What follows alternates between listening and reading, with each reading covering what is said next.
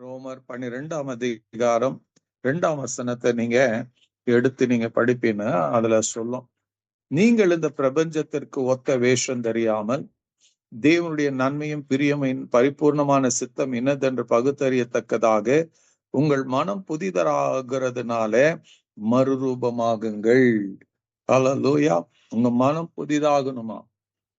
உங்க கன்ஃபார்ம் உலகத்தோட இருக்கிற உங்க வாழ்க்கை ஆண்டவர் என்ன பண்றாருங்க? மறுரூபம் ஆகணும்னா ஆண்டவர் எதை விரும்புறாருங்க?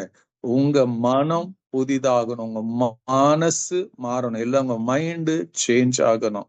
ஹல்லேலூயா. இந்த ஹல்லேலூயா, ரினியூ யுவர் மைண்ட், இதுதான் வார்த்தை. ஆமென். ரினியூ யுவர் மைண்ட், உங்க மனதை புதிதாப்பிக்க கொள்ளுங்க, இல்லைன்னா உங்க மனதை சரிப்படுத்தி கொள்ளுங்க. உங்க மனதை தேவனுடைய வசனத்துக்கு ஏற்றபடி திருப்பி கொள்ளுங்க. ஹல்லேலூயா. கன்ஃபார்ம்ல இருந்து டிரான்ஸ்ஃபர்மேஷன் ஆகணும்னா நம்முடைய மனசு தான் முக்கியமான காரணமா இருக்கிறது என்பதை மறந்துடாதீங்க. ஹல்லேலூயா.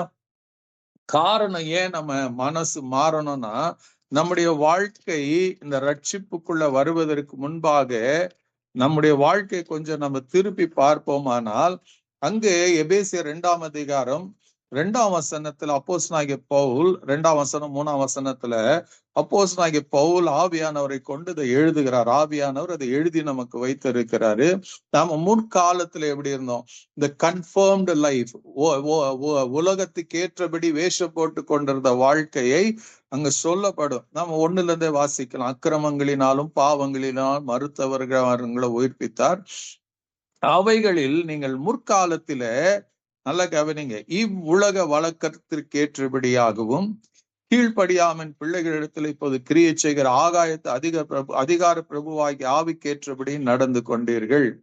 அவர்களுக்குள்ளே நாம் எல்லாரும் முற்காலத்திலே நமது மாம்ச இச்சையின்படி நடந்து நமது மாம்சமும் மனசும், நல்லா கவனிங்க, நமது மாம்சமும் மனசும் விரும்பினைகளை செய்து சுபாவத்தினாலே மற்றவர்களைப் போல கோப ஆக்கினையின் பிள்ளைகளாகிறது. இதுதான் நம்முடைய டிரான்ஸ்பர்மேஷன் ஆகிறதுக்கு முன்னாடி இருந்த லைஃப். அப்ப ஆண்டவராகி கர்த்தர் என்ன பேர் சொல்ற நம்ம கிட்டனா, நீ முற்காலத்துல இப்படி இருந்த, உனக்கு ரட்சிப்பு என்ற கிருபையினால உனக்கு ரட்சிப்பு கொடுத்து பரிசுத்த ஆவியானவரை கொடுத்து உங்க வாழ்க்கையை கிறிஸ்துவுடைய பிள்ளைகளாக ஆண்டவர் மாற்றி இருக்கிறார். அப்போ நீ தொடர்ந்து என்ன பண்ணக்கூடாது? இந்த உலகத்துக்கு ஏற்றபடி வாழக்கூடாது. You cannot live continually in the transformation, the conformation of the world. உலகத்துக்கு ஏற்றபடி, உலகத்துக்கு வேஷம் போட்டபடி, உலகத்துக்கு ஒத்தபடி, உலகம் நடக்கிற பிரகாரம், உலகம் விரும்புகிற பிரகாரம், மனசு விரும்புகிற பிரகாரம், பிசாசு விரும்புகிற பிரகாரம், அவன் சொல்லுகிற சட்ட திட்டங்களின்படி நம்ம வாழாம நம்ம என்ன பண்ணணுமா? மறுரூபமாக்கப்படணுமா? அந்த மறுரூபம் எங்கன்னு ஆண்டவருடைய வசனம் சொல்ல, இந்த மனதுல மறுரூபமாகணும். இந்த மனதுல என்ன ஆகணும்? புதிதாகப்படணும். இந்த மனசு புதுசா மாறணும். இந்த மனசு என்ன ஆகணுங்க? இந்த mind should get renewed or should be made anew. ஒருவன் 2 கொரிந்தியர் 5:17 சொல்லவும், அவன் கிறிஸ்துக்குள் இருந்தால் அவன் எப்படி இருக்கிறாங்க? புது சிருஷ்டியா இருக்கிறான், பழையவைகள் ஒழிந்தன, எல்லாம் புதிதாயின என்று நமக்கு வேதம் கற்றுக் கொடுக்கிறது. ஹல்லேலூயா. அப்ப புதிதாகிறதுனா எங்க புதிதாக்கப்படுகிறோங்க? நம்ம சரீரம் அதேதான். நாம இன்னைக்கு இருக்கிறது போல இன்னும் 1 வருஷம் கழிச்சு நம்ம இருக்க போகிறதுல, வருஷங்கள் நமக்கு கூட கூட, நமக்கு வயசும் கூட கூடிக்கொண்டே இருக்கும். நம்முடைய சரீரத்தின் அடையாளங்கள் மாறிக்கொண்டே இருக்கும். நம்ம வாலிபத்துல இருந்த அந்த உடல்வாகு நமக்கு இருக்காது. நமக்கு சரீரத்துல வயது ஆக ஆக சரீரத்துல இந்த தோல்ல சுருக்கம் வரும், முகத்துல நம்ம தலை முடிகள் எல்லாம் வெள்ளையாகும். வயது கூட கூட the body automatically changes. It doesn't ask you. உங்களை கேட்டுட்டு இந்த சரீரம் மாறுவதில்லை, அது தானாக மாறிக்கொண்டிருக்கும். Hallelujah. That shows you are growing old. ஆனா ஆண்டவருடைய கர்த்தர் என்ன சொல்றாருங்க? இந்த மனசு என்ன ஆகணுமா? புது சிருஷ்டி ஆண்டவர் மாற்றி இருக்கிறாரு. அந்த புது சிருஷ்டி எங்கங்க? சரீரத்துல கிடையாது, உங்க மனசுல. your mind is being changed. எங்க புது சிருஷ்டியா மாற்றப்பட்டு இருக்கிறீங்கன்னா உங்க உள்ளான மனுஷன்ல நீங்க தேவன் உங்களை புது சிருஷ்டியா மாற்றி இருக்கிறார். Hallelujah. Your spirit has been changed. உங்க ஆவி மாற்றப்பட்டு இருக்கிறது. இந்த ஆவி பழைய ஆவி இல்ல, உங்களுக்குள்ள இருந்த அந்த பழைய ஆவிக்குள்ள தேவனுடைய ஆவி வந்து அது புதுசா மாத்தி இருக்கிறார். Now you have a renewed or change or புது சிருஷ்டியா ஆண்டவர் மாற்றி வச்சிருக்கிறாரு. ஹalleluya. அதனாலதான் அவர் சொல்றார், ஒருவர் கிறிஸ்துக்குள்ள இருந்தா அவன் புது சிருஷ்டியா இருக்கிறான், பழையவைகள் ஒளிந்து போயின எல்லாம் புதிதாயின. ஆனா நம்முடைய மனசு மாத்திரம் என்ன இருக்குதுங்க, இந்த உலகத்துல இருக்கிறோம், நம்ம மனசு அநேக நேரத்துல கொஞ்சம் முன்னையும் பின்னையும் போய்கொண்டு இருக்கும். சில நேரத்துல நம்ம பேசுவோம்ல, நான் அந்த காலத்துல இருந்தேன் தெரியுமா, அந்த காலத்துல நான் அப்படி இருந்தேன், இந்த வாலிப நாட்கள்ல நான் அப்படி இருந்தேன், நம்ம பேசுவோம். நம்ம பேசுறது சகஜம். நான் சில பேர் சொல்லுவாங்க, நான் அந்த காலத்துல நான் ஜெபம் பண்ணேன்னா, தட் இஸ் கடந்த காலம். கடந்த காலத்தை நம்ம நிறைய பேசுவோம். அப்போ அந்த மைண்டுக்குள்ள என்ன இருக்குதுங்க, கடந்த காலமும் இருக்கிறது, நம்ம மனசுக்குள்ள நிகழ்காலமும் இருக்கிறது. அப்ப ஆண்டுடைய வசனம் என்ன சொல்லுது, இந்த கடந்த கால காரியங்கள் இருக்கக்கூடாது. கடந்த கால ரட்சிக்கப்படாத முன்னாடி இருந்த காரியங்கள் மனசுல இருக்கக்கூடாது. இந்த கடந்த காலங்கள் மனசுக்குள்ள இருக்கிறதுனாலதான் மனுஷன் நம்ம என்ன பண்றோம், துணிகரமா பாவம் செய்யறோம். நமக்குள்ள இருக்கிற கடந்த கால மாம்சத்தின் கிரியைகள் அதிகமா இருக்கிறது.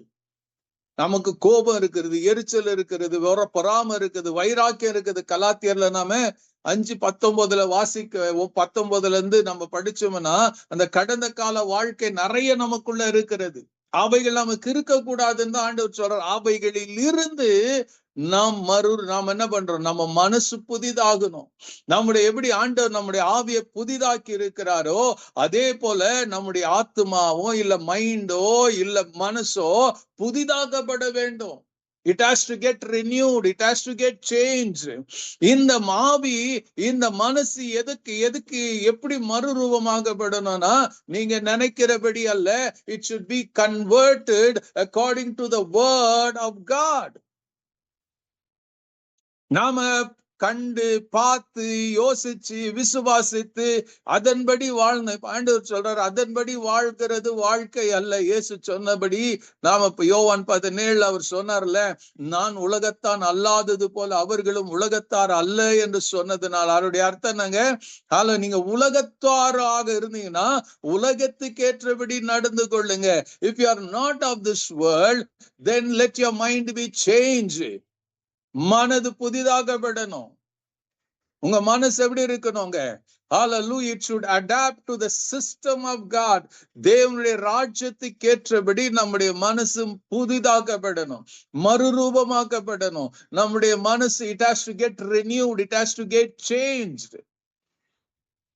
யோசித்து பாருங்க, நாம சில நேரத்துல ஏதோ ஒரு புதிய காரியத்தை நம்ம அடாப்ட் பண்றோம்னு வச்சுக்கோங்க.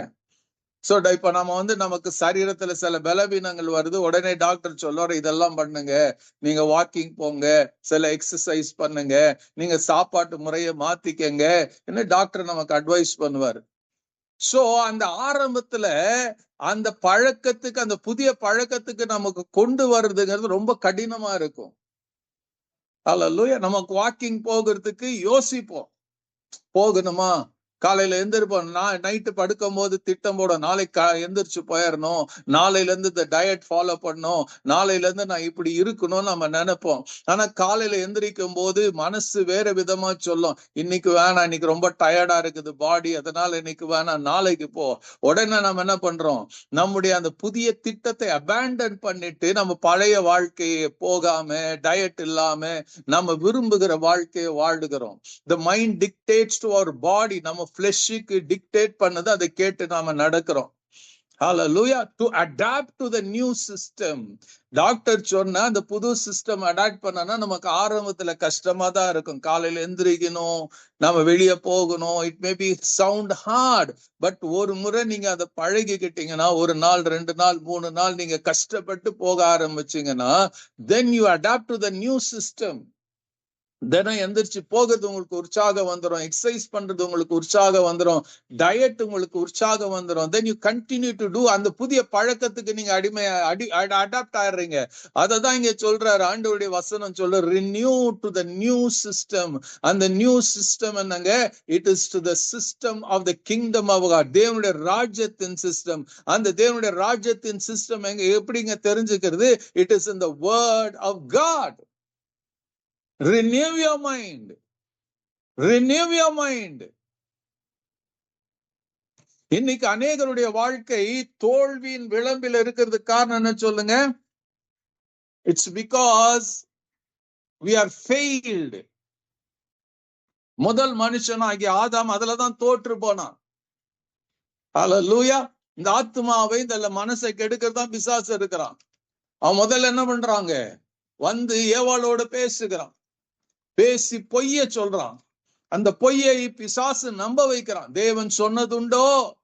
அதை கேட்டு ஆமா ஆண்டவர் இப்படி சொல்லி இருப்பாரு, நான் சொன்னாரா? இனி யோசிக்கிறதுக்குள்ள அவருடைய மனசு பேதளிச்சு போகுது. உடனே பிசாசு சொல்றதை கேட்டு அப்படியே செய்து அவன் என்ன பண்றாங்க? தன் கணவனுக்கும் அந்த கனியை புசிக்க கொடுத்து 2 பேரும் தேவ மகிமை இழந்து போகிறதை நாம் பார்க்கலாம். சோ தி சேம் திங் வந்து பிசாசு இயேசு ஞானஸ்தானம் எடுத்த மாத்திரத்துல ஆவியானவரால் வனாந்தரத்துக்கு கொண்டு போகப்படுகிறார். மத்தேயு 4 லூக்கா 4 நீங்க வாசிச்சீங்கன்னா வனாந்தரத்துக்கு கொண்டு போகிறாரு. அங்க 40 நாட்கள் இரவு பகலும் அவர் என்ன பண்றாரு? உபவாசித்து ஜெபித்து கொண்டிருக்கிறாரு. அந்த நேரத்துல பிசாசு once again uses the same tricks. நீ தேவனுடைய குமாரன். ஒரு கேள்வி கேட்கிறான், நீ are you the son of God? நீ தேவனுடைய குமாரனா இருந்தால் இந்த கல்லை அப்பமாக மாற்றி சாப்பிட்டு, why do you want to hunger? ஏன் நீ கஷ்டப்பட்டு இருக்க? ஏன் நீ பசியில இருக்கணும்? நீ தேவனுடைய குமாரனா இருந்தா மாத்தி சாப்பிடு. இயேசுடைய பதில் என்னங்க? He didn't speak what he wanted to speak. He spoke the word. மனுஷன் அப்பத்தினால் மாத்திரமல்ல, தேவனுடைய வாயிலிருந்து புறப்படுகிற ஒவ்வொரு வார்த்தையினாலும் அவன் பிழைப்பான். That was the answer. அப்போ ஜீசஸ் இயேசு என்ன பண்ணாருங்க? He didn't talk to the devil. ஏதோ கட்டு கதைகளை பேசல. He was speaking the word. His mind was renewed in the word of God. His mind was filled with the word of God. அவருடைய மனசு என்ன இருந்துச்சு? புதிதாக்கப்பட்டிருந்தது. தேவனுடைய சித்தத்துக்கு ஏற்றபடி புதிதாக்கப்பட்டிருந்தது. So he was able to challenge the devil. Challenge பண்ணதான Bible சொல்லுது. அந்த 3 கேள்விகளுக்கு பிறகு பிசாசு என்ன பண்றாங்க? சில காலங்கள் இயேசுவை விட்டு போனான், கடந்து போயிட்டான். He couldn't stand with the knowledge and wisdom that Jesus had. So இன்னைக்கு நமக்கும் அதேதான். இன்னைக்கு நாம ஏன் அநேக நேரத்துல தோற்று போன வாழ்க்கை வாழுகிறோம்? பாவத்துல விழுந்து எழும்புகிற வாழ்க்கை வாழுகிறோம். ஏன் இன்னைக்கும் நாம் அதிகமா மாம்சத்துல வாழுவோம்னா, இன்னைக்கும் நம்ம மாம்சம் செய்கிறதையும் விரும்புகிறதையும் நான் வாழ்ந்து கொண்டு இருக்கிறோம். We don't attach ourselves to the word of God.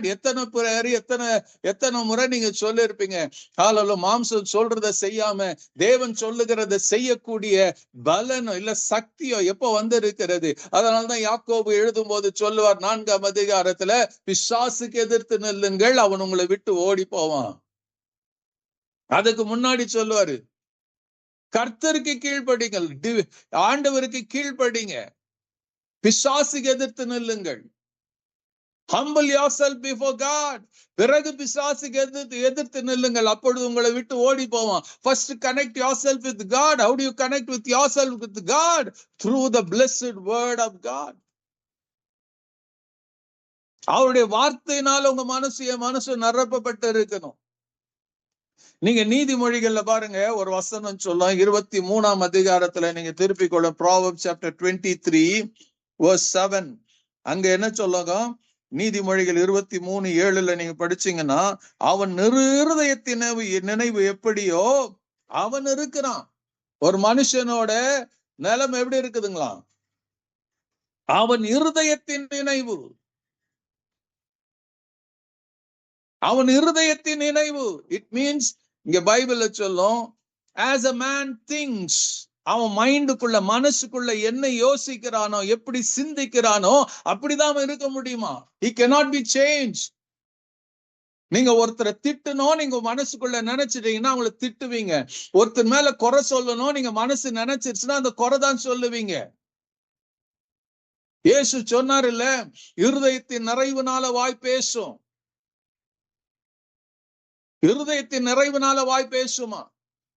ஆண்டவராக இயேசு கிறிஸ்து மத்தேயு 15 படிச்சீங்கன்னா ஆண்டவராக இயேசு கிறிஸ்து அழகாய் சொல்லுவார், வாய்க்குள்ள போகிறது ஒன்றும் ஒரு மனுஷனை தீட்டுப்படுத்தாது, வாயிலிருந்து புறப்படவில்லை தீட்டுப்படுத்தும். அப்ப கேக்குறாங்க எப்படிப்பானா, ஏன்னா வாயிலிருந்து வருகிற வார்த்தை அது உதட்டிலிருந்து வருகிறது, அது இருதயத்திலிருந்து வருகிறதா, மனசுல இருந்து வருதான்.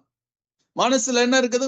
பொல்லாத சிந்தனைகள், பொல்லாத எண்ணங்கள், விபச்சாரம், கோபம், இதெல்லாம் எங்க இருக்குதுங்க? அந்த மனசுக்குள்ள இருக்குது. It conceives in your mind and comes out. உங்களுக்குள்ள கோபத்துல வெடிக்கிறது, திட்டுறது, எரிச்சல் படுறது, கோபம் படுறது. Everything proceeds from your heart. It doesn't or it says proceeds from your mind. It doesn't proceed just உதட்டுல இருந்து வர்றதில்ல.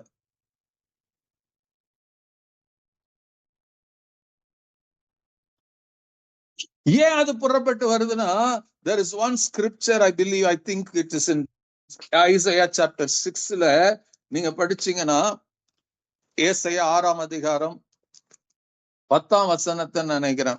10ஆம் வசனம் பாருங்க. ஹல்லேலூயா. அது மத்தேயு 18ல இருக்கும். 13ஆம் மத்தேயு 13ல கூட இருக்கும். ஹல்லேலூயா. அதுல என்ன சொல்லுங்க? இந்த ஜனங்கள் தங்கள் கண்களினால் காணாமலும் தங்கள் காதுகளினால் கேளாமலும் தங்கள் இருதயத்தில் உணர்ந்து குணப்படாமலும் நான் அவர்களை ஆரோக்கியமாக்காமல் இருக்க அவர்கள் இருதயத்தை கொளுத்ததாக்கி அவர்கள் காதுகளை மந்தப்படுத்தி அவர்கள் கண்களை மூடி போடு என்றார். These people, ஆண்டவர் அததான் ரிப்பீட் பண்றாருங்க. ஹல்லேலூயா.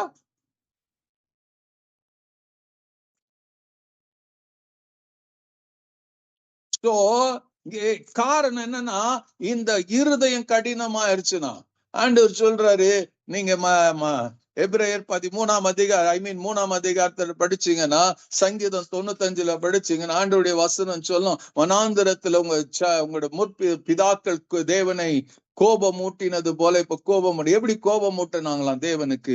இருதயத்தை கடினப்படுத்தினாங்களாம். எதனால எதை வச்சு கடினப்படுது? They disobeyed the word of God. ஆண்டவர் எதை செய்ய செய்யாதேன்னு சொன்னாரோ அது திரும்ப செய்து தேவனை விசனப்படுத்தினார்கள், தேவனை துக்கப்படுத்தினார்கள். அதனால என்றாருங்க, தேவன் கோபம் அடைந்தார் என்று எழுதப்பட்டு இருக்கிறது. நீங்க அந்த ஏசாயால சொன்னதை மறுபடியும் மத்தேயு 13ஆம் அதிகாரம் 15ஆம் வசனத்துல படிச்சீங்கன்னா அதே ரிப்பீட் பண்ண கொஞ்சம் ஆண்டவராகிய இயேசு கிறிஸ்து சிலதை ஆட் பண்ணி சொல்லி இருப்பாரு. இந்த ஜனங்கள் கண்களினால் காணாமலும் காதுகளினால் கேளாமலும் இருதயத்தில் உணர்ந்து மனம் திரும்பாமலும் நான் அவர்களை ஆரோக்கியமாக்காமல் இருக்கும்படி அவர்கள் இருதயம் கொழுத்திருக்கிறது, காதால் மந்தமாய் கேட்டு தங்கள் கண்களை மூடிக்கொண்டார்கள் என்பதே.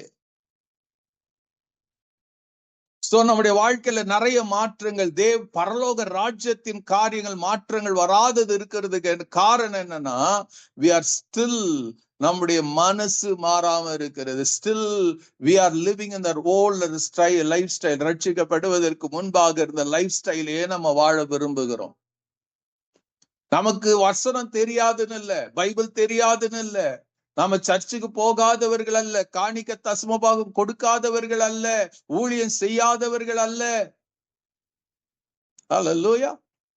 பட் தேவன் விரும்புகிற அந்த பொட்டென்ஷியலோட நீங்களும் நானும் இல்லாம இருக்கிறோம். அதற்கு காரணம் சிம்பிள் திங் என்னன்னா, இன்னும் நம்முடைய மனசு ரினியூ ஆகல, நம்முடைய மைண்ட் ரினியூ ஆகல, மாற்ற விடல. அக்கார்டிங் டு த வேர்ட் மாற்றம், ரினியூவலுக்கு எதையோ ஒண்ணு கேட்டு எதையோ ஒண்ணு செய்தல், ரினியூ ஆகணும், புதுப்பிக்கப்படணும். எப்ப மனசு மாறுதோ அப்பதான் தேவனுடைய சித்தம் புரிந்து கொள்ள முடியும். You cannot understand the will of God if your mind is not renewed according to the word of God. ஏன்னா தேவனுடைய சித்தம் உங்களுக்கு வேண்டிய அத்தனை காரியம் எங்க இருக்குதுன்னா, it's been inscribed in the blessed word of God. ஒரு somebody wrote like this. நான் அதை படிக்கிறேன் பாருங்க. sow a thought and you will reap an act. நம்ம கலாத்தியர்ல வாசிக்கிறோம், நம்ம எதை விதைக்கிறோமோ அதை தான் அறுப்போம்னு. இங்க சொல்ல ஒரு மனுஷன் எழுதுறாரு, sow a thought, ஒரு ஊழியக்காரர் எழுதுது, sow a thought and you will reap an act. sow an act and you will reap a habit.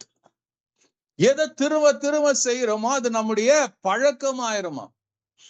sow an habit, you will reap a character. sow a character, you will reap a destiny. எங்க so பண்றதுங்க? உங்க மைண்ட்ல தான். ஹல்லேலூயா. So a thought, உங்க மைண்டுக்குள்ள நீங்க எதை விதைக்கிறோமோ அதை அறுப்பீங்க. எதை அறுத்தீங்களோ அத நீங்க அந்த ஆக்ட் நீங்க நினைச்சது உங்க மனசுக்குள்ள தோணுது, அதை மறுபடியும் மறுபடியும் யோசிக்க அது உங்க பழக்கமாயிரும். நீங்க உலகத்துல பார்த்து இருக்கிறீங்களா? ஒருவர் ட்ரக் அடிக்டா இருக்கலாம், ஆல்கஹால் அடிக்ட் ஆகலாம். எப்படி அடிக்ட் ஆகுற? அடிக்ஷனுக்கு எப்படி வந்துடுறாங்க? சில பேர் ஸ்மோக்குக்கு அடிக்ஷன் ஆக இருக்கிறாங்க, சில பேர் சாப்பாட்டுக்கு அடிக்ட் ஆயிடுறாங்க. How did they become addicted to it? Because ஒரு சின்னதா ஆரம்பிச்சது, அது தொடர்ச்சியாக அதிலேயே அவங்க மனசு மறுபடியும் மறுபடியும் விரும்புறதுனால அதை செய்து செய்து செய்து கடைசியில் எங்க வந்துடுறாங்கன்னா they become addiction to it. அந்த மதுவோ அந்த ட்ரக்ஸோ இவங்களை கூப்பிடுறதில்ல, they reach out to it. ஏன்னா அவங்க மனசு பேசிட்டே இருக்குது, இது வேணும் உனக்கு, இது வேணும் உனக்கு, இது எடுத்தீங்கன்னா நீ நல்லா இருப்ப. So they become addicted to it. அது இல்லாம இருக்க முடியாத ஒரு சூழ்நிலைக்கு தள்ளப்படுறாங்க. But they don't know they are going towards the path of death. முடிவுக்கு அவங்களே என்ன பண்றாங்க? ஒரு துவக்கத்தை வச்சுட்டாங்க. They are moving towards அந்த மரணம் என்ற full ஸ்டாப்புக்குள்ள கடந்து போகிறான்னு மறந்துட்டாங்க.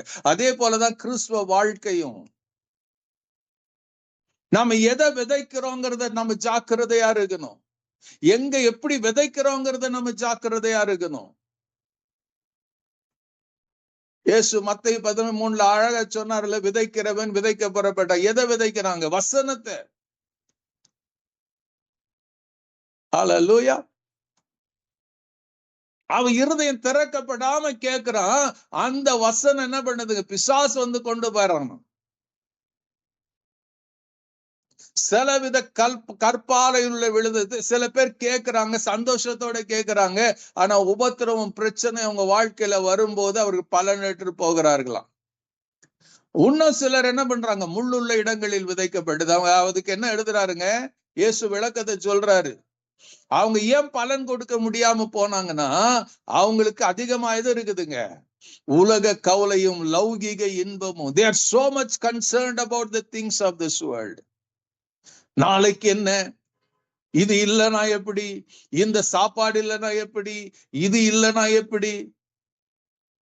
நீங்க எத்தனை பேர் யோசித்து பாருங்க. You are addicted. அநேகர் எப்படி இருக்கிறோம் இன்னைக்கு? addicted to the social media, addict ஆயிருக்கிறோம். சோசியல் மீடியால என்னென்ன வருதோ அதெல்லாம் நீங்களும் நானும் ஃபாலோ பண்ணணும்னு நினைக்கிறோம். அவங்க உடுத்துகிற உடையாகட்டும், அவங்க போடு எந்த காரியம் இருந்தாலும் we are influenced by the social media. உங்க மைண்டுக்குள்ள என்ன உட்கார்ந்து இருக்குதுங்க?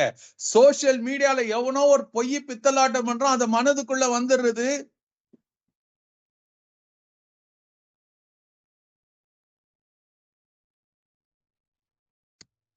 Hallelujah. You are not happy with what you have. Because your mind is flooded with the things of this world. Social media வழியா வந்த காரியங்களும் மனதை நிரப்பி இருக்கிறதுனால God's word is unable to penetrate or do things. அவருடைய வசனம் செய்யக்கூடியதை செய்ய முடியாம நாம தடை பண்ணி கொண்டிருக்கிறோம்.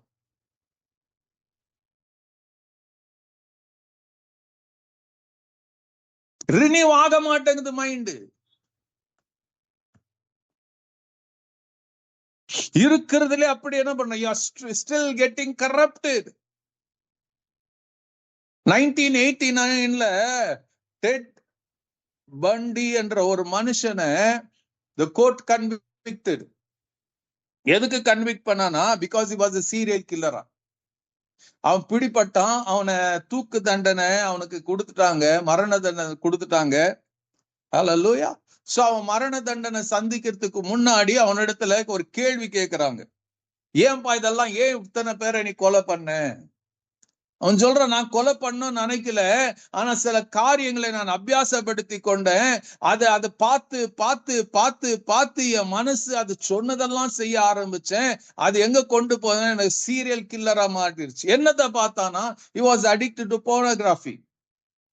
அசுத்தமான காரியங்களை அவன் பார்க்கறதுல தன்னை திணித்து கொண்டானா. அந்த காரியங்களை பார்க்கும் போது அதன்படி செய்யணும், அதன்படி வாழணும், அது அந்த லைஃப் அப்படி என்ஜாய் பண்ணணும். he started with a small thing.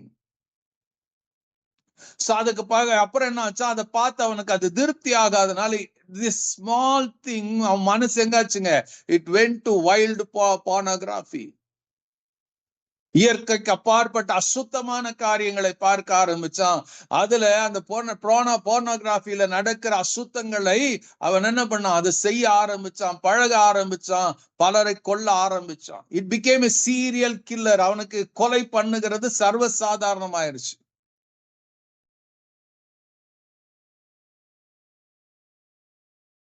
கடைசியில ஒரு நாள் அவன் பிடிபடுறான். இப்போ அவன் மனம் திரும்பறதுக்கு ஒரு சான்ஸ் இல்லை. he was so much corrupted in his mind. இன்னைக்கு நம்மளுடைய வாழ்க்கையில கொடுங்க எத்தனை முறை இந்த மைண்ட் டிஸ்டர்ப் ஆகுது. நமக்கு if we want everything to happen in our own style, நாம விரும்புறதுதான் நடக்கணும், நம்ம பேசுதான் நடக்கும். you don't give a chance to others. காரணம் ஏன் சொல்லுங்க, you are already decided. உங்க மனசு அந்த உலகத்தை what you have sowed and you are setting things to happen exactly to your thing. But என்ன ஒண்ணுனா, கர்த்தர் அதை விரும்புறது இல்ல. God hates it. அது ஆண்டவராகிய தேவனை சொல்றார், நோகிட்ட சொல்ற, மனுஷனுடைய இருதயம் எப்படி இருக்குதான், சிறு வயது தொடங்கி அது பொல்லாததா இருக்கிறதா. சோ அந்த சிறு வயதுல தொடங்குகிற காரியம் as you keep growing, it keeps on growing with you. So அதை மாற்றக்கூடியது only one thing, it's the word of God. கர்த்தருடைய வசனத்தை தவிர வேற ஒண்ணும் மாற்ற முடியாது. அநேக நம்ம வேதத்தை படிக்கிறோம், பட் எந்த அளவுக்கு நாம வேதத்தை ஏதோ கடமைக்காக படிச்சோம்னா ஒன்னும் நடக்காது. நம்ம படிக்கிறது ஒண்ணு, நம்ம கேட்கிற செய்தி ஒண்ணு, அதுக்கு பிறகு நம்ம வாழ்ற ஒரு life style it has not entered your mind. இப்ப நான் உங்களை ஒரு கேள்வி கேட்கிறேன்னு வச்சுக்கோங்க, do you believe the Bible to be the word of God? நான் உங்களை கேட்கிறேன், இந்த கர்த்தருடைய பரிசுத்த வேதாகமம் தேவனுடைய வார்த்தையா இருக்கிறதா? Is it God's word? நம்ம என்ன சொல்லுவோம், கண்டிப்பா எல்லாரும் சொல்லுவோம் எஸ் எஸ் எஸ். புரிஞ்சுதோ புரியல நம்ம சொல்லுவோம். அடுத்து நான் ஒரு கேள்வி கேட்கிறேன், do you believe the Bible can change your life? நம்ம சொல்லுவோம் ஆமா நான் மாத்த முடியுங்க. அடுத்து do you believe the Bible can help you solve your problems? நம்ம சொல்லுவோம் முடியும். Do you believe the Bible can give you direction in life? Do you believe the Bible to be God's inspired word? நாம எல்லாத்துக்கும் ஆமா சாமி போடுவோம். ஆனா உங்க வாழ்க்கை மாற்றப்பட்டு இருக்கிறதா? Do you think உங்க பர்சனல் லைஃப்ல how much the Bible has changed, the word of God has changed your life? ஏன் மாறலனா, today there are so many Christians who go to the church but they don't study the word of God. அவங்க சொல்றாங்க time இல்லைங்க, ரொம்ப கஷ்டமா இருக்குதுங்க. See, if you are not going to study the word, meditate on the word, nothing is going to change. சங்கீதம் 1ல நம்ம திரும்ப எத்தனை முறை படிச்சாலும் அதே தான் சொல்லும். துன்மார்க்கருடைய ஆலோசனை நடவால், பாவிகளுடைய வழியில் நில்லாமல், பரியாசக்காரர் உட்கார்கிற இடத்தில் உட்காராத. You have to change your mind. கடந்த கால வாழ்க்கையில அப்படித்தான் இருந்தோம். பரியாசம் பண்றவனோட உட்கார்ந்து பரியாசம் பண்ணுவோம், குடிக்கிறவனோட உட்கார்ந்து குடிப்போம், எல்லாம் பண்ணிக்கொண்டு இப்ப ஆண்டவருடைய வசனம் சேஞ்ச். கர்த்தருடைய வேதத்தில் பிரியமாயிருந்து அதில் இரவும் பகலமாய் தியானமாய் இருக்கிற மனுஷன் பாக்கியவான். Change, renew your mind with the word of God. கர்த்தருடைய வசனம் மாத்திரம் தாங்க உங்களை மாத்த முடியும்.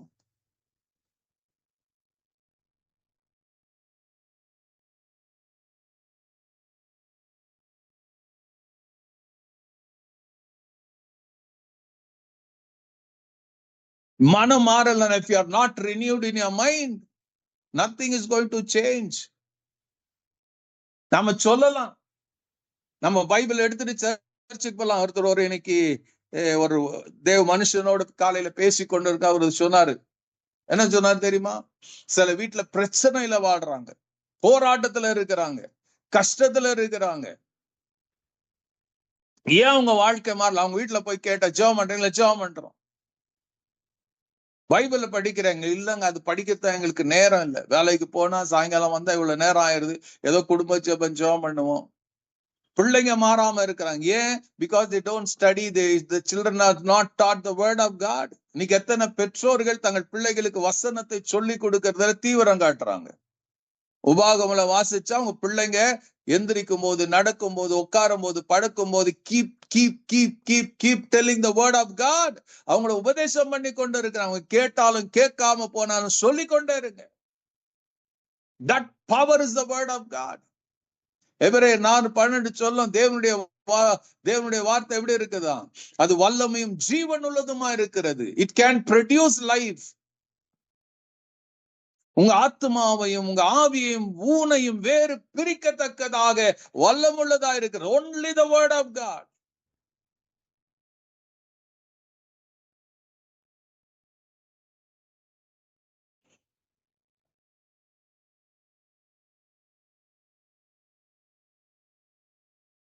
எல்லாத்துக்கும் ஏன் சொல்லலாம்? do you read the Bible?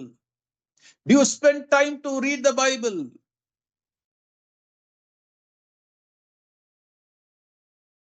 ஒரு ஊழியக்காரர் சொன்னார், ஒரு நாளைக்கு நீ ஒரு 10 நிமிஷம் நீ பைபிள படிச்சினா ஒரு வருஷத்துல முழு பைபிளையும் படிச்சு முடிச்சிடலாமா?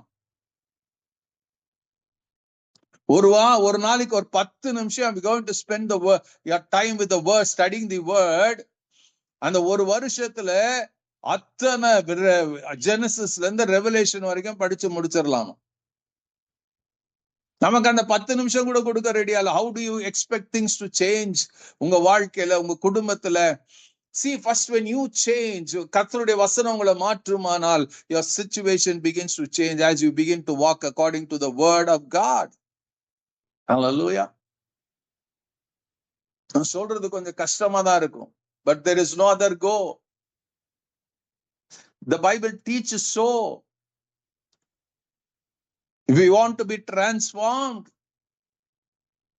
renew your mind. உங்க மனசு புதிதாகணும், உங்க மனசு மாறணும். எதுக்கு, எப்படி மாறணுங்க? நான் விரும்புகிறேன், it should change according to the word of God.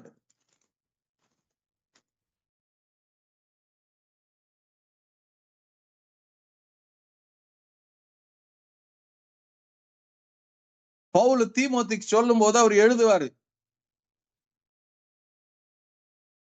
2 Timothy 3:15-16. Pavul Timothy ஒரு வாலிபனா இருக்கிறான். அவனை எபேசு சபையில கொண்டு போய் வைத்து அவனை பிஷப்பா அவர் பொறுப்பை கொடுக்கிறாரு. அவனை பத்தி பவுல் எழுதுறாரு. 15-16 பாத்தீங்கன்னா, இந்த 15-16-17 பாத்தீங்கன்னா, கிறிஸ்து இயேசுவை பற்றி விசுவாசத்தினாலே உன்னை ரட்சிப்புக்கேற்ற ஞானம் உள்ளவனாக்கத்தக்க பரிசுத்த வேத எழுத்துக்களை நீ சிறு வயது முதல் அறிந்தவன் என்று உனக்கு தெரியும். அவர் என்ன சொல்றாருங்க? What does he say? To 2 Timothy chapter 3 verse 15 படிச்சீங்கன்னா, you have been taught the holy scripture from childhood. நல்லா கவனிங்க. And they have given you the wisdom to receive the salvation that comes by trusting in Jesus Christ. இயேசு கிறிஸ்து மேல நம்பிக்கையும் விசுவாசம் வரணும்னா, you should know the word of God.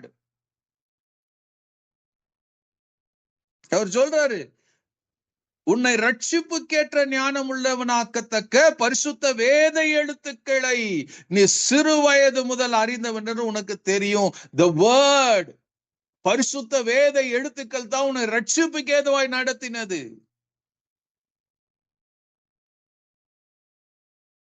அவனை ஊழியக்காரனாய் நினைத்தின, ஞானம் உள்ளவனாய் ஆக்கினது கர்த்தருடைய வேத வசனம்.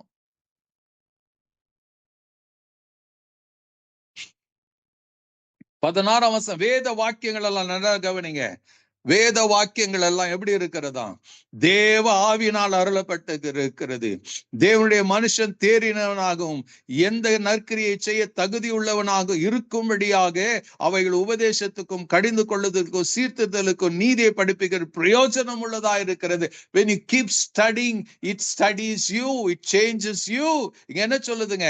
வேத வாக்கியங்கள் எல்லாம் தேவ ஆவியினால், it's been breath, life, the whole God has breathed his life into the word of God. நீ படிக்கிற வேத வசனத்துல அவருடைய ஜீவன் இருக்கிறது. என்ன பண்ணுமா? தேவனுடைய மனுஷன் தேறினவனாக என்ன பண்ணுதான்? All scripture is inspired God and is useful to teach us what is true. நல்லா கவனிங்க. The word of God teaches only true. It doesn't teach you lie. All scripture is inspired by God and is useful to teach us what is true. What is true? The word cannot teach you lie.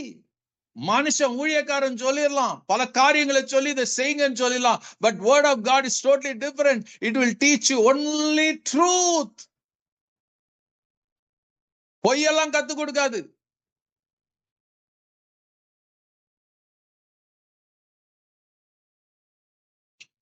Hallelujah.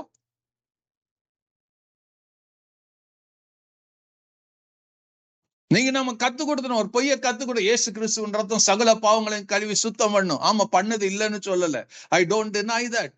ஆனா அதுக்கு முன்னாடி இருக்கிற பாகத்தை விட்டுட்டோம். இன்னைக்கு பெரிய பெரிய ஊழியக்காரங்களை அதை விட்டுட்டாங்க. முன்னாடி இருக்கிற வசனம் சொல்லும், இப்ப ரட்சிக்கப்பட்டு நீ மீட்கப்பட்டு கிறிஸ்து உடையவனா இருந்தீனா, அங்க பைபிள் சொல்லும், அவர் ஒளியில இருக்கிறது போல நீங்களும் ஒளியில் நடந்தால். 1ஆம் அதிகாரம் 1:7 சொல்லும், அவர் ஒளியில இருக்கிறது போல நீங்களும் ஒளியில் நடந்தால். Just like Jesus. என்ன பண்ணுமா? அப்பொழுது இயேசு கிறிஸ்துவின் அவர் ஒளியில இருக்கிறது போல நீங்களும் ஒளியில் நடந்தால் ஒருவரோடு ஒருவர் ஐக்கியப்பட்டு இருப்போம்.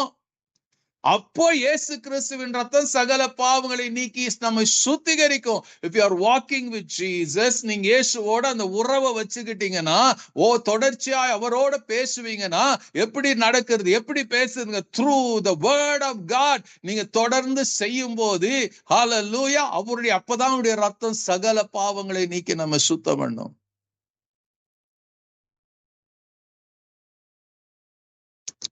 If you walk in the light as he is in the light, we have fellowship with one another, and the blood of Jesus Christ, his son cleanses us from all sin.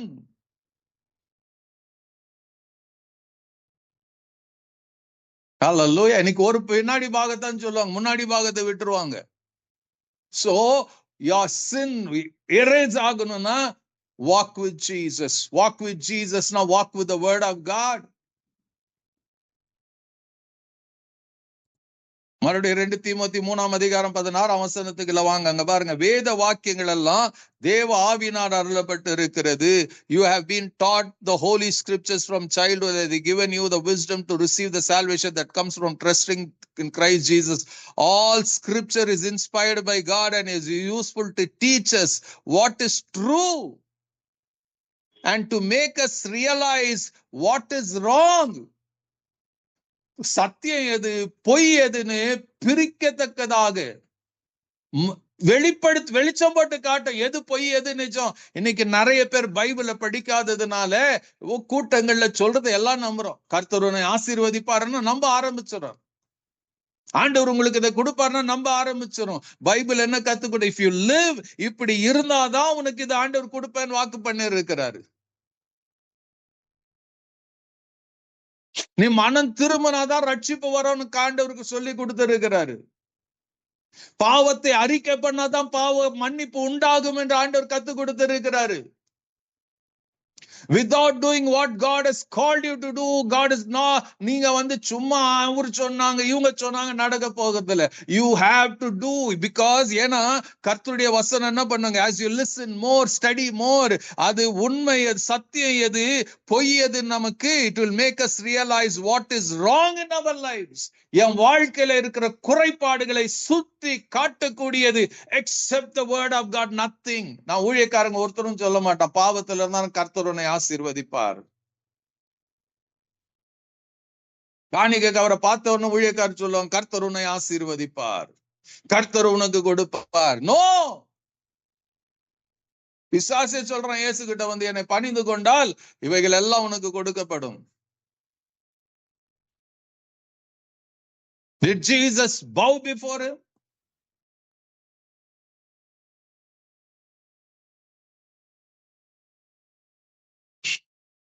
இங்கிலீஷ்ல ரொம்ப அழகா இருக்கும் பாருங்க நீங்க அதை.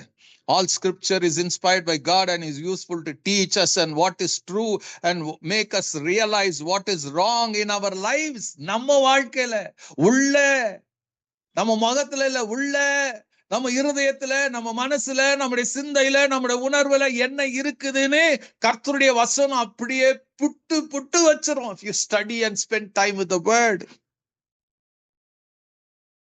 அடுத்து என்ன பண்ணுமா? It straightens us out and teaches us to do what is right. நாம ரியலைஸ் பண்ண வைக்கிறது மாத்திரம், உணர்வடைய செய்கிறது மாத்திரமல்ல, the word doesn't stop over it. அது அடுத்து என்ன பண்ணுமா? It straightens us out and teaches us to do what is right. நாம செய்ய உந்து வைக்கிறதாம் சரியான காரியத்தை.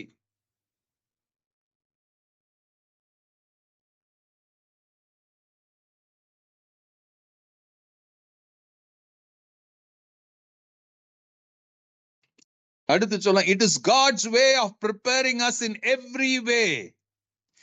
The Bible is the way of God. நம்ம ப்ரிப்பேர் பண்றது, நம்ம ஆயத்தமாக்குறது, நம்ம பரிசுத்தப்படுத்து, நம்ம சுத்திகரிக்கிறது, நம்ம சத்திய வழியில நடத்துகிறது, நம்ம நேர் வழியில நடக்கிறது, பாவத்தை வெறுக்க செய்கிறது. Everything is the word of God. It is God's way of preparing us in every way. In every way. Fully equipped for every good thing God wants us to do. எந்த நற்கிரியை செய்ய தகுதி உள்ளவனாக்குறது the word of God. அப்போ உங்க மனசு எது renew பண்ணணும்? எதுலங்க? கர்த்தருடைய வசனத்தினால நிரப்பப்பட்டு இருக்கணும். Your mind should be full of the word of God. அதனாலதான் சிறு பிள்ளைகளுக்கு சின்ன வயசுல இருந்து என்ன பண்றோம்? வசனத்தை மனப்பாடம் பண்ணுங்க.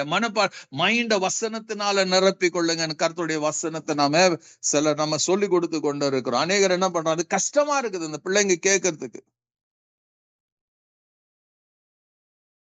ஐயோ பைபிள படிக்கணும். ஆமா படிக்கணும். படிச்சாதான் உன் வாழ்க்கை நேரா இருக்கும், உன் வாழ்க்கை பரிசுத்தமா இருக்கும். உன் வாழ்க்கையை பார்த்து தேவன் தாவீதை பார்த்து சொல்றேன், இருதயத்துக்கு ஏற்றவன் ஆண்டவர் சொல்லணும்னா you should living be according to the word of God. உங்க மனசு, உங்க மைண்ட் ஃபுல்லா கர்த்தருடைய வசனத்தினால நிரப்பப்பட்டு இருக்கணும். Hallelujah. There is no shortcut. நமக்கு எல்லாருக்கும் தெரிஞ்ச ஒரு வசனம் தான், சங்கீதம் 119 பாருங்க. தாவீது இங்க சொல்லுவார், சங்கீதக்காரன் சொல்லுவோம் 5ஆம் வசனத்துல இருந்து 1ஆம் அதிகாரம் சங்கீதம் 119 நீங்க 4ஆம் வசனத்துல இருந்து பாத்தீங்கன்னா அங்க சொல்லுவார், உமது கட்டளைகளை நாங்கள் கருத்தாய் கை கொள்ளும்படி நீர் கற்பித்தீர். Psalm 119 verses beginning from 4. உமது கட்டளைகளை நாங்கள் கருத்தாய் கை கொள்ளும்படி நீர் கற்பித்தீர். உமது பிரமாணங்களை கை கொள்ளும்படி என் நடைகள் ஸ்திரப்பட்டால் நலமா இருக்கு.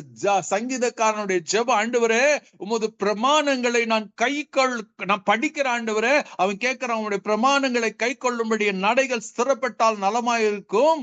நான் உம்முடைய கற்பனைகளை எல்லாம் கண்ணோக்கும் போது வெட்கப்பட்டு போவதில்லை. உம்முடைய நீதி நியாயங்களை நான் கற்றுக்கொள்ளும் போது செம்மையான இருதயத்தால் உம்மை துதிப்பேன். உமது பிரமாணங்களை கை கொள்ளுவேன், முற்றிலும் என கைவிடாதையும். சங்கீதக்காரர் என்ன சொல்றாங்க?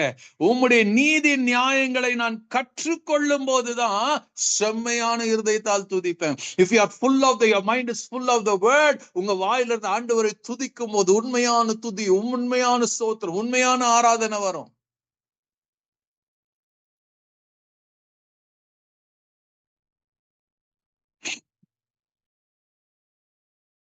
அடுத்து 9ஆம் வசனத்துல அவர் சொல்றார், வாலிபன் தன் வழி எதனால் சுத்தம் பண்ணுவான்? உமது வசனத்தின்படி தன்னை காத்து கொள்ளுகிற. எப்படி காத்து கொள்ளுகிற? Fill your mind with the word. என் முழு இருதயத்தோடு உம்மை தேடுகிறேனே, என்னை உமது கற்பனைகளை விட்டு வழி தப்பி விடாதேயும். Let me not wander from your word. நீ ஆண்டவருடைய வார்த்தை விட்டு wander ஆகினே, will be wandering with sin.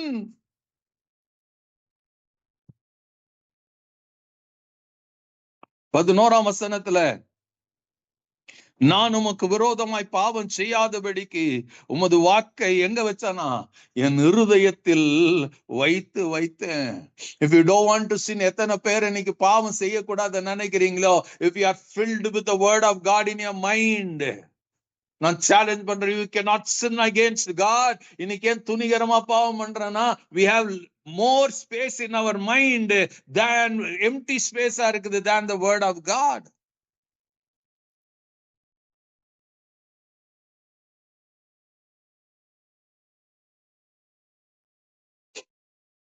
இங்கிலீஷ்ல பாருங்க, how shall a young man cleanse his way? By taking heed and keeping watch on according to your word, confirming his life to it. தன் வாழ்க்கையை, தன் வழியை வசனத்தை கேற்றபடி மாற்றிக்கொள்ளுவதை அபியாசப்படுத்திக் கொள்ளுகிறதுனாலதான். With my whole heart I have sought you, inquiring for an of you and yearning for you. அவன் ஜெபம் பண்றான், oh let me not wander or step aside either in ignorance or willfully from your commandments. ஆண்டவரே, மறந்துட்டு கூட நான் உங்க வசனத்தை விட்டு வெளியே போக கூடாது. Lord, give me the strength and courage. Your word I have laid up in my heart that I might not sin against you. சங்கீதக்காரர் உண்மையான ஒரு ஜெபம்.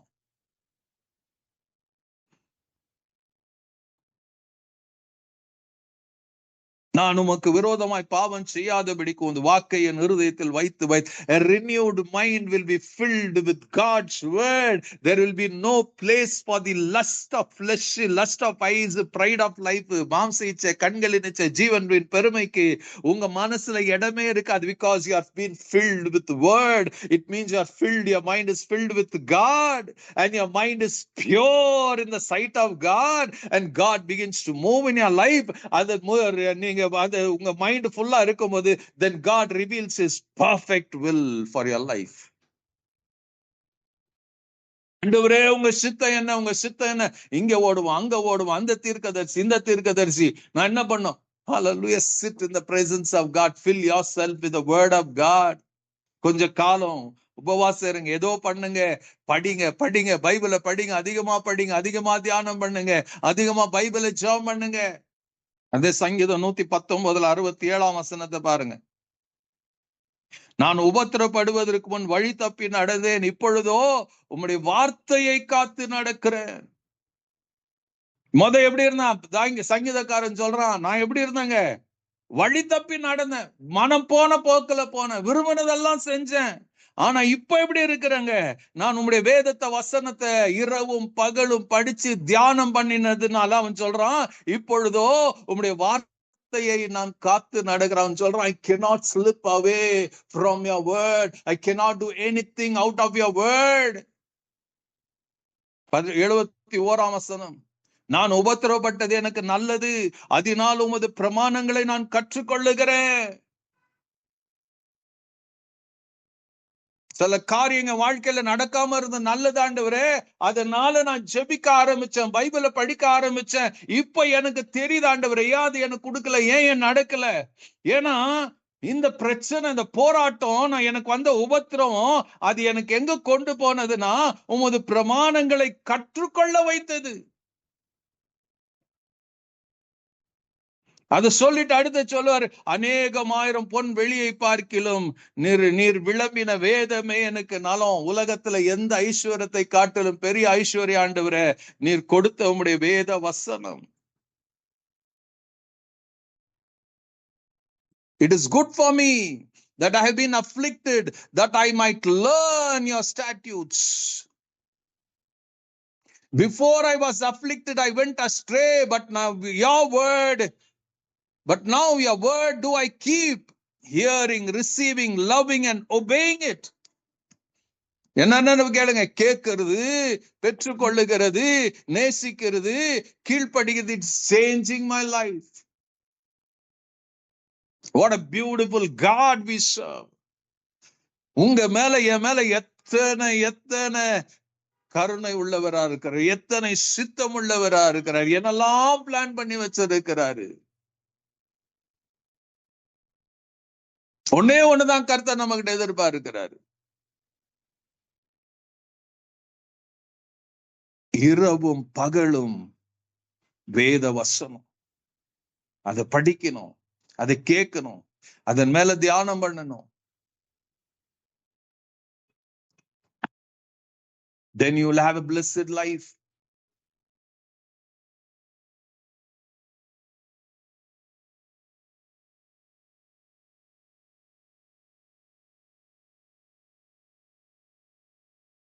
இந்த வார்த்தை ஏதோ புதுசா வந்தது இல்லைங்க, இதை ரட்சிக்க இல்ல. It was from the beginning. 1 யோவான் 1ஆம் அதிகாரம் 1ஆம் வசனத்துல பாத்தீங்கன்னா,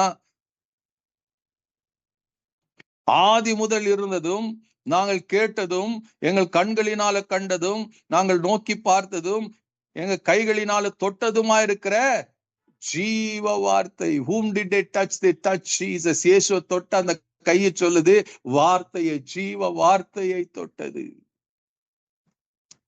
The word produces life. அவருடைய வார்த்தையில ஆண்டவர் எதை மறைச்சு வச்சிருக்கிறாரோ, எந்த பொக்கிஷத்தை வச்சிருக்கிறாரோ அதை படித்து, அதை தியானிச்சு, அதை கை கொள்ளும் போது that will produce a result.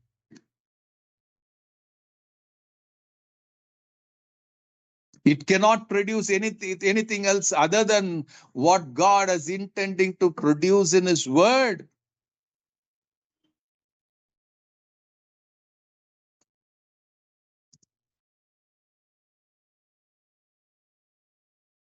ஒரே ஒரு வசனத்தை வாசிச்சு நான் முடிக்கலாம், நம்ம போய்கொண்டே இருக்கலாம். Oh, I am so excited to preach. Blessed be the name of the Lord. பழைய ஏற்பாடுல பாருங்க, உபாகம் 28ஆம் அதிகாரத்துல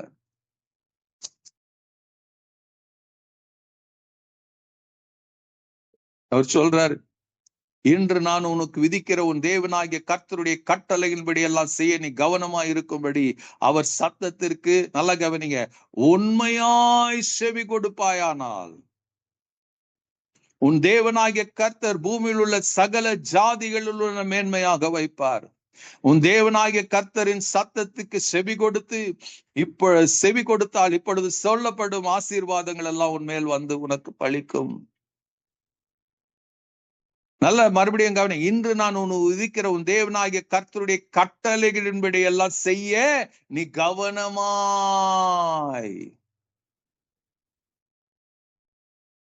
Be very careful, be attentive, be alert. கர்த்தருடைய கட்டளைகளின்படி எல்லாம் செய்ய நீ கவனமா இருக்கும்படி அவர் சத்தத்துக்கு உண்மையாய் நீ செவி கொடுப்பாயானால். கர்த்தருடைய வசனத்தை கேட்கும் போது, கர்த்தருடைய வசனத்தை படிக்கும் போது அவரை நினைச்சுட்டே இருக்கணும், இயேசுவை நினைச்சுட்டே இருக்கணும், உள்ள பூரா அவரை கொண்டாடி கொண்டு இருக்கணும். அப்படி கேட்டாதாங்க பலன் கிடைக்கும். ஏதோ யாரோ சொல்றாங்க, ஏதோ கேட்கிறோம், இந்த காதுல வாங்கி பிசாசு காத்து இருக்கிறான் அந்த காதுல எடுத்து போடுறதுக்கு. வசனத்தை இன்னொரு முறை வாசிக்கிறேன். If you will listen diligently to the voice of the Lord your God, being watchful, hallelujah, நல்லா கவனிங்க. Listen, if you will listen diligently to the voice of the Lord your God, மனுஷனுடைய சத்தத்தை அல்ல, தேவனுடைய சத்தத்தை. If you listen diligently to the voice of the Lord of your God, being watchful to do all His commandments which I command you this day, the Lord your God will set you high above all the nations of the earth,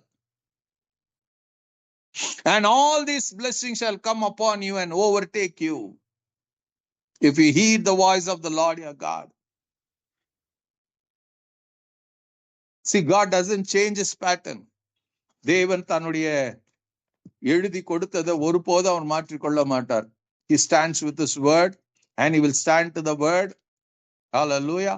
கடைசி காலத்துல His word, அவருடைய வார்த்தை தான் நமக்கு நியாயம் தீர்ப்பு செய்ய போகிறது. God doesn't judge anything outside the word of God. நீங்களும் நான் என்ன பண்ண போகிறோம்?